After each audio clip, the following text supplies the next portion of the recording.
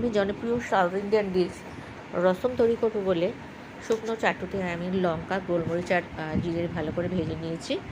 তারপর সেটা আমি মিক্সিতে গ্রাইন্ড করে নিয়েছি। আর প্রয়োজন মতো টমেটো কুচি করে রেখেছি, তেঁতুলটাকেও ভিজিয়ে রেখেছি কাঁচ বার হওয়ার জন্য। তারপর আমি কড়াইয়ের মধ্যে প্রয়োজন মতো তেল দিয়ে দিচ্ছি, সাদা তেল। আর তাতে আমি সর্ষে ফোড়ন দিয়ে দিয়েছি। সর্ষেটা একটু ভালো করে নাড়াচাড়া হয়ে গেলে তারপরে আমি কারি পাতা দিয়ে দিলাম তাতে। তারপর কারি পাতা করে একটুখানি ভেজে নিচ্ছি ভালো করে।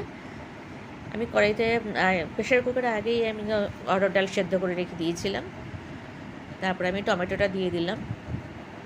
কড়াইতে টমেটো দিয়ে ভালো করে নেড়ে চেড়ে আমি একটুখানি নুন দিয়ে দিলাম, যাতে টমেটোটা ভালো মতো সেদ্ধ হয়ে যায়।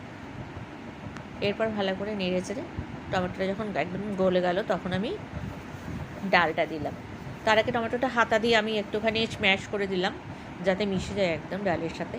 এরপরে আমি প্রেশার করে ডালটা একদম কড়াইতে ঢেলে দিলাম, ঢেলে ভালো করে নেড়ে চেড়ে তারপর প্রয়োজন মতো নুন আর হলুদ আমি তাতে মিশিয়ে দিলাম। মিশিয়ে ভালো করে নেড়ে চেড়ে সেটা ঢেকে বেশিক্ষণ ধরে ফুটতে দিলাম। দেখেছিলাম সেই মশলাগুলোটা আমি, ডালটা ফুটে গেছে, ডালের মধ্যে আমি সবটা দিয়ে দিলাম।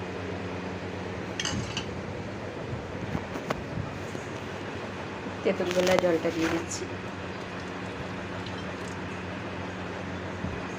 এবার স্বাদ অনুযায়ী মিষ্টি দিয়ে দিলাম।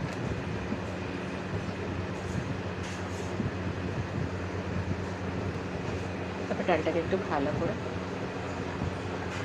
মেশার জন্য সব কিছু নেড়ে দিই।